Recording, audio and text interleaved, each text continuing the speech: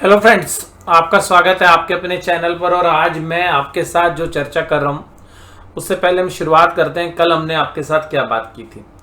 तो कल हमारी चर्चा थी कि भाई निफ्टी बैंक के अंदर स्पेशली पहली प्रिडिक्शन थी हमारी कि भाई बाजार सुबह खुलेगा और खुलते के साथ बाजार घुस जाएगा या खुलेगा ही गैप डाउन।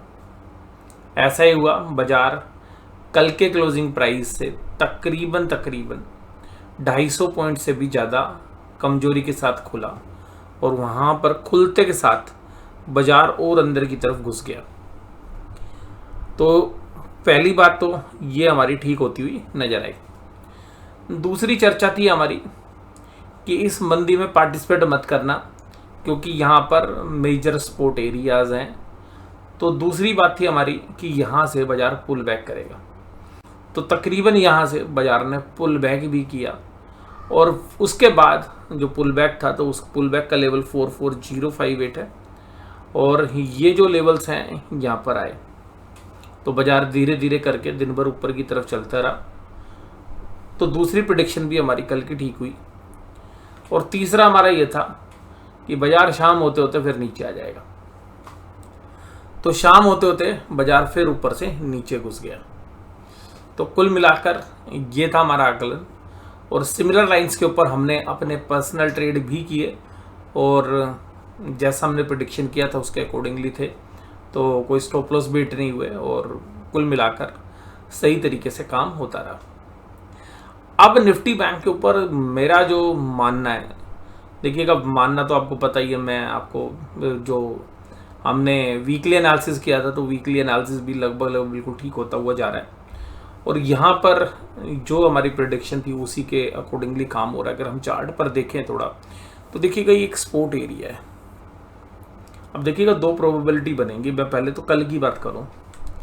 कल मुझे ऐसा लग रहा है कि बाजार में ये जो एरियाज हैं इन्हीं एरियाज में घूमेगा, यानी कि बाजार अब 44,100 44,200 की तरफ जा तो सकता है लेकिन वह ठहरेगा नहीं। बाजार का जो मेजर एरिया है ट्रेड्स के वो ये एरियाज बनते हैं और जिसके अंदर हमें लगता है कि जो आज का लो है 43563 और यहाँ पर मैंने आपके साथ एक और भी चर्चा की थी वीकली एनालिसिस में भी। मैंने कहा 43560 जो है एक मेजर सपोर्ट एरिया है। आज बाजार ने एग्जैक्टली वहीं से बाउंस लिया 43563 से। तो ये अभी भी हमारे को लग रहा है कि बाजार यहीं जिग-जैग चलता रहेगा। ठीक है जी।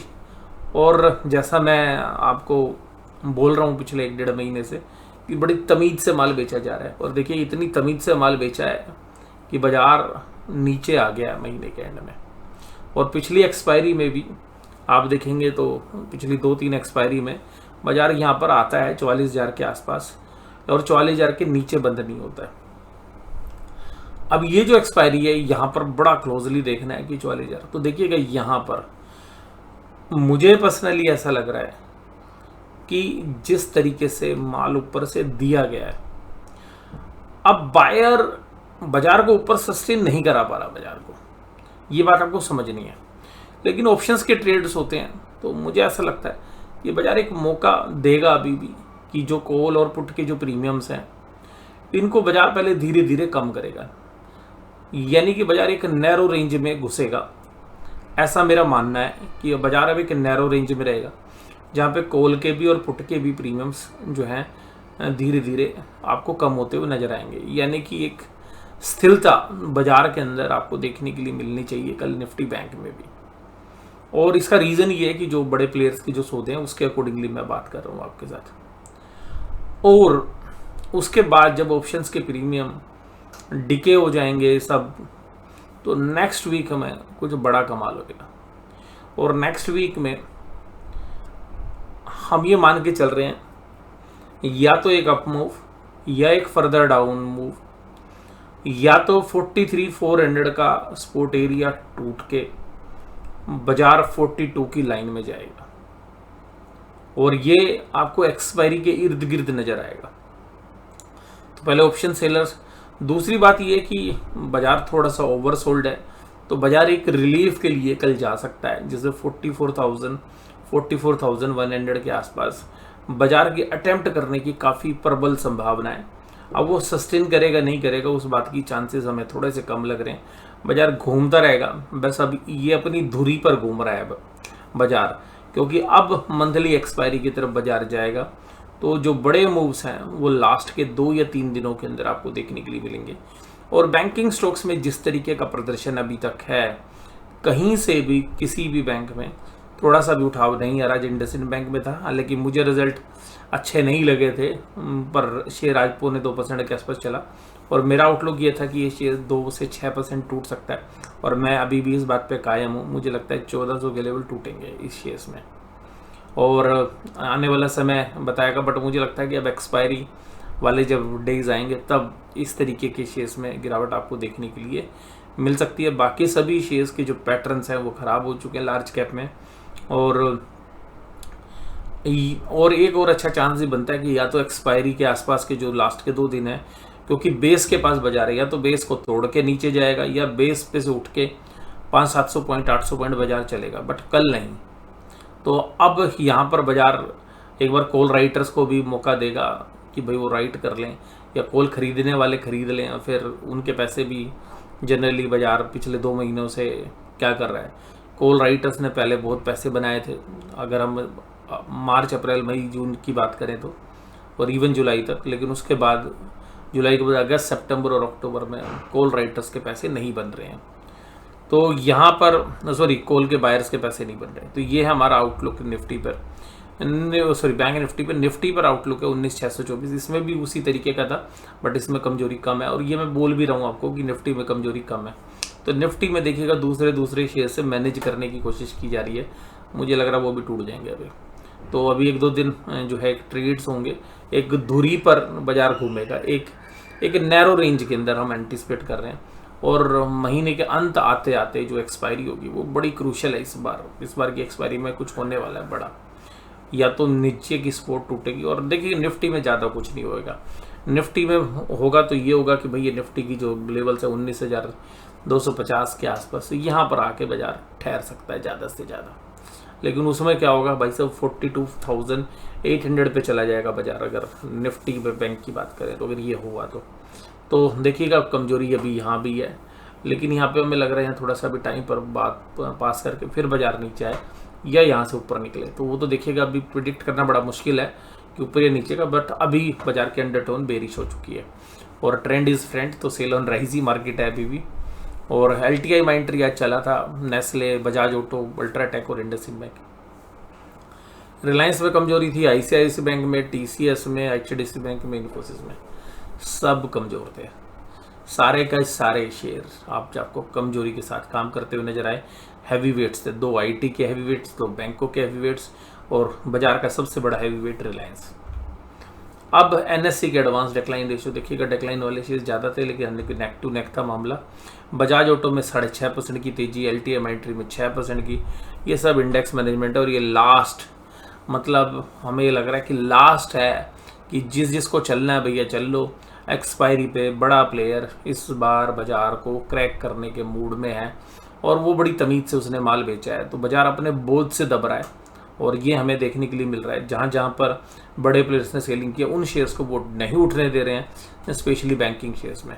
या तो भैया बुल जो है लास्ट वीक के लास्ट के जो 2 दिन हैं, 2-2.5 दिन, वहाँ पे बाजार को उठा के एकदम ऊपर खींच देंगे, या वहीं पर वही होना है जो, क्योंकि मंदी इतनी बनी हुई है, सब लोगों ने माल खरीद के रखा हुआ है और रिटेलर फंसा हुआ है। तो मुझे ऐसा लग रहा है पर्सनली कि बड़ा प्लेयर बाजार को नीचे ठोकेगा और फिर उसके बाद अगला महीना थोड़ा सा जो है क्लियरिटी देता हुआ नज़र आएगा, क्योंकि बाजार थोड़ा सा एक वैल्यूशंस वाइज भी एक रीजनेबल वैल्यूशंस हो जाए वहाँ पे, अगर एक करेक्ट हो जाए। और इस बार यार रिजल्ट में आ गया, कंपनीज में ग्रोथ तो नज़र ही नहीं आ रही है। कंपनीज के रिजल्ट देख, मैं भी हेवल्स के रिजल्ट देख रहा था, हेवल्स जैसी कंपनीज के मार्जिन खराब हो रहे हैं। IT कंपनीज में ग्रोथ नहीं है, ठीक है, ग्रोथ है तो ना के बराबर है यार। 50-50 के 40-40 के PE के शेयर्स अगर आपको 2-2, 3-3% की ग्रोथ देंगे तो भाई उन शेयर्स की तो कोई वैल्यू ही नहीं है ना। तो यहाँ चैलेंजेस रहने वाले हैं। विप्रो के रिजल्ट कल मैंने आपके साथ चर्चा ही कर ली थी, ख़राब है और यहाँ पे भी ग्रोथ मिसिंग है। अब निफ्टी बैंक की मैं बात कर ही चुका हूँ, बैंकों में भी ग्रोथ नहीं है। 2-2.5-3% की इंडसइंड बैंक में ग्रोथ थी, उसी को भाई साहब आपने छत पे टांग रखा है, ये टंगा नहीं रहेगा, ये गिरेगा। ऐसा मेरा अनुभव है, वो मैं आपके साथ डिस्कस कर रहा हूँ। बाजार है, देखो सारी चीज़ ठीक होती नहीं है। प्रिडिक्शन कोई भी ट्रेडर ले, अपने फाइनेंशियल एडवाइस सलाह लें, मैं केवल एजुकेशनल पर्पजेज़ के लिए आपके साथ चर्चा कर रहा हूँ। इसके बाद अगर हम बात करें, आज FIIs ने आज माल कितना बेचा, 1000 करोड़, कुछ भी नहीं बेचा। ले भाई साहब, माल बिका भी नहीं रहा, फिर भी नहीं संभल रहा बाजार। कोई बहुत ऐसी नहीं है कि हैवी सेलिंग है। FIIs मान लीजिएगा एक्सपायरी पे 4000 5000 करोड़ का माल बेच देंगे तो भैया बाजार तो टूट जाएगा। तो DIs की भी जो बाइंग है वो 736 करोड़ है। DIs की भी जो बाइंग मोमेंटम है थोड़ा सा वीक पड़ता जा रहा है। इंडेक्स फ्यूचर्स में अगर बात करें भी, वो डेटा आया नहीं है। पुट कॉल रेशो 0.895 पे, तो न्यूट्रल है, ना कोई बहुत तेज है। और ध्यान रखिए, तो बाजार गिर रहे ना, इंडिया विक्स नहीं बढ़ रहा। इसका मतलब है कि अब गिरने में भी और तेजी होने में भी इंडिया विक्स थोड़ा सा, अब वो पहले की तरह नहीं होता कि बाजार टूट रहा है तो इंडिया विक्स बढ़ जाए, वो नहीं हो रहा है अभी।